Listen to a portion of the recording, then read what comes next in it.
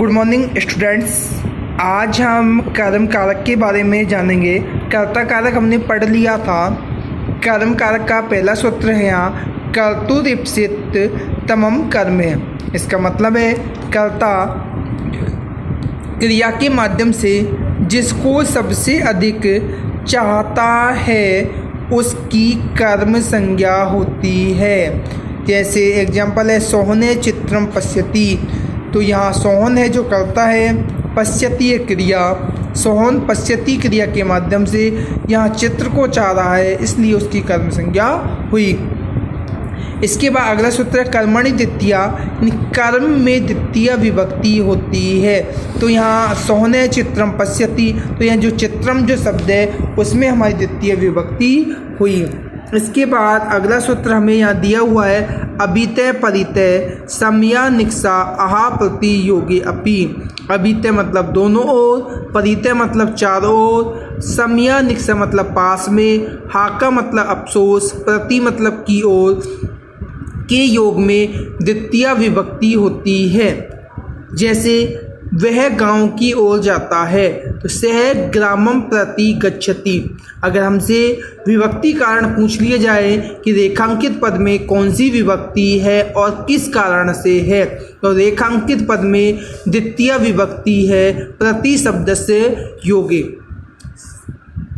सड़क के दोनों ओर वृक्ष है तो राजमार्गम अभितय या उभयतय वृक्षा संति। अगर हमसे पूछ लिया जाए कि रेखांकित पद में कौन सी विभक्ति है, तो रेखांकित पद में द्वितीय विभक्ति है अभितय या उभयतय शब्द से योगे। विद्यालय के पास में मंदिर है तो विद्यालयम निक्सा या समया देवालय अस्ति। रेखांकित पद में द्वितीय विभक्ति निक्सा या समया शब्द से योगे। राम और श्याम के बीच में देवदत्त है, रामम श्यामम च अंतरा देवदत्त अस्ति। अगर हमसे पूछ लिया जाए रामम श्यामम कौन सी विभक्ति है, द्वितीय विभक्ति है अंतरा शब्द से योगे। प्रदीप पुस्तक के बिना पढ़ता है, प्रदीप पुस्तकम बिना अंतरेण पढ़ती। यानी जो पुस्तकम शब्द के नीचे अंडरलाइन कर दिया जाए, आपसे पूछा जाए कि रेखांकित पद में कौन सी विभक्ति है, तो रेखांकित पद में द्वितीय विभक्ति बिना या अंतरण शब्द से योगे। दुर्जनम धिक, अगर यहाँ दुर्जनम शब्द के नीचे अंडरलाइन कर दिया जाए, पूछा जाए कि रेखांकित पद में कौन सी विभक्ति है, तो द्वितीय विभक्ति है धिक शब्द से योगे। राजपुरुष चोर के पीछे दौड़ता है, राजपुरुष है चोरम अनुधावती। अगर चोरम के नीचे अंडरलाइन कर दिया जाए, द्वितीय विभक्ति होगी हमारी अनुधावती के योग में। संसार के ऊपर सूर्य है तो लोकम ऊपरी ऊपरी सूर्य अस्ति। यहाँ लोकम के नीचे अंडरलाइन कर दिया जाए और हमसे पूछा जाए कि रेखांकित जो पद है उसमें कौन सी विभक्ति है, तो द्वितीय विभक्ति होगी ऊपरी ऊपरी शब्द से योग्य। अगला सूत्र है हमारा अधि सिंह इस्ता साम कर्मे। इसका मतलब है अधि उपसर्ग पूर्वक, सिंह मतलब सोना, इस्ता आस मतलब बैठना, धातु के योग में आधार की कर्म संज्ञा होती है और कर्मणि द्वितीय से द्वितीय विभक्ति होती है। जैसे राजा पलंग पर सोता है, तो यहाँ पलंग जो शब्द था इस पर हमारी कौन सी अधिकरण संज्ञा थी, लेकिन अधि सिंह इस्ता साम कर्म में इस सूत्र से यहाँ पलंग शब्द की कर्म संज्ञा हुई और कर्मणि द्वितीय जो सूत्र है उसके द्वारा यहाँ द्वितीय विभक्ति हुई। तो हमारा इसका संस्कृत बनी निरपय है पर्यंकम अधिसेते। अगर हमने पर्यंकम के नीचे अंडरलाइन कर दिया जाए, हमसे पूछा जाए कि रेखांकित जो पद है उसमें कौन सी विभक्ति है, तो रेखांकित पद में द्वितीय विभक्ति है अधि उपसर्ग पूर्वक सिंह धातु इत्यस्य योगे। अगला हमारा एग्जाम्पल है अध्यापक कुर्सी पर बैठता है, तो बन जाएगा अध्यापक है आसंदी काम अधितिष्ठति। अगर आसंदी काम के नीचे अंडरलाइन कर दिया जाए तो हमसे पूछा जाए कि रेखांकित पद में कौन सी विभक्ति है, तो रेखांकित पद में द्वितीय विभक्ति अधि उपसर्ग पूर्वक इस्ता धातु के योग में। राजा सिंहासन पर बैठता है तो निरपय सिंहासनम अध्यास्ते। तो यहाँ सिंहासनम में भी हमारी द्वितीय विभक्ति होगी अधि उपसर्ग पूर्वक आस धातु। अगला सूत्र है हमारा उपान्वध्यांग वसे। इसका मतलब है उप, अनु, अदि और आंग। आंग का आशेष बचता है। उपसर्ग पूर्वक वस धातु के युग में आधार की कर्म संज्ञा होती है और उसमें द्वितीय विभक्ति होती है। जैसे श्याम नगर के पास में रहता है तो बन जाएगी इसकी संस्कृत श्यामे नगरम उपवसति।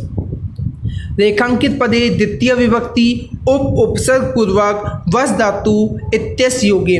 कुलदीप घर के पीछे रहता है। कुलदीप है गृहम अनुवस्ति। द्वितीय विभक्ति होगी अनुपसर्ग पूर्वक वस धातु के युग में। सुरेश जयपुर में रहता है। सुरेश है जयपुरम अधिवस्ति। हरि वैकुंठ में रहता है। हरि वैकुंठम आवस्ति। Very important example. इसके बाद है अगला सूत्र है अभिनी विशस्य। अभि और नी दोनों उपसर्ग पूर्वक वेश मतलब चलना या प्रवेश करना धातु के प्रयोग में आधार की कर्म संज्ञा होती है। जैसे दिनेश गांव में प्रवेश करता है। दिनेशे ग्रामम अभिनी विस्ते। रेखांकित पद में द्वितीय विभक्ति अभि और नी दोनों उपसर्ग पूर्वक विस धातु इत्यस्य योगे। बालक सन्मार्ग पर चलता है। बाल के सन्मार्गम अभिनी विस्ते। सन्मार्गम शब्द में हमारी द्वितीय विभक्ति अभि और नी दोनों उपसर्ग पूर्वक विस धातु इत्यस्य योगे। इसके बाद अगला सूत्र है काला ध्वन्योल अत्यंत संयोगे। इसमें कालवाची और मार्गवाची शब्दों में अत्यंत संयोग होने पर समयवाची और मार्गवाची शब्दों में द्वितीय विभक्ति होती है। जैसे नदी कोस भर तक लगातार टेढ़ी है। Very important example. नदी क्रोशम कुटिला अस्ति। यहाँ क्रोशम जो शब्द इसमें द्वितीय विभक्ति है। मोहन लगातार महीने भर पढ़ता है। मोहने मासम अदिते या पढ़ती। प्रदीप लगातार एक योजन तक पढ़ता है। प्रदीप योजनम पढ़ती। इसके बाद अगला सूत्र हमारा एकथितम च। इसका मतलब है अपादान आदि कारकों की जहाँ अविवक्षा है उनकी कर्म संज्ञा होती है और कर्मणि द्वितीय से द्वितीय विभक्ति होती है। नोट 16 अधिकर्मक धातुओं के योग में अपादान आदि कारक की कर्म संज्ञा होती है। इसमें अपादान आदि कारक अविवक्षित गौण कर्म होता है और इस गौण कर्म में भी द्वितीय विभक्ति होती है। इसके बाद हमारी जो 16 अधिकर्मक धातु है दूह। दूह का मतलब होता है दूहना, याच मांगना, पच पकाना, दंड दंड देना, पक्ष पूछना, रुद्र रोकना, ची चुनना, जी जीतना, ब्रू बोलना, सास कहना, मथ मथना, मूस चुराना, नी ले जाना, हरि हरण करना, वह ले जाना, क्रेस खींचना आदि के योग में गौण कर्म में द्वितीय विभक्ति होती है। जैसे ग्वाला गाय से दूध दूता है तो यहाँ गाय से तो गौण कर्म है और दूध है जो हमारा मुख्य कर्म है। इसकी संस्कृत बनाएंगे गोपाले धेनुम दुग्धम दोग्धी।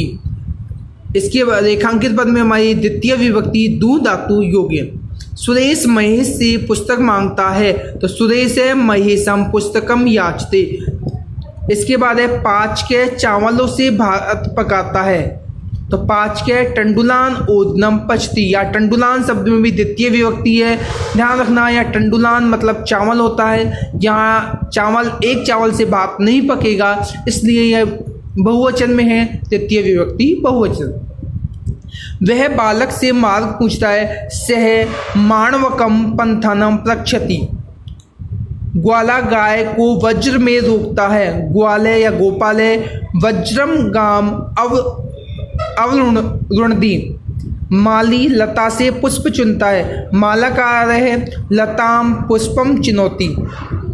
इसके बाद है राजा शत्रु से राज्य को जीतता है। निर्भय शत्रुम राज्यम जयति।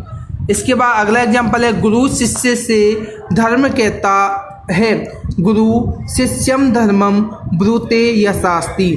वह क्षीर सागर से अमृत मथता है। से क्षीर निधिम अमृतम मथनाति।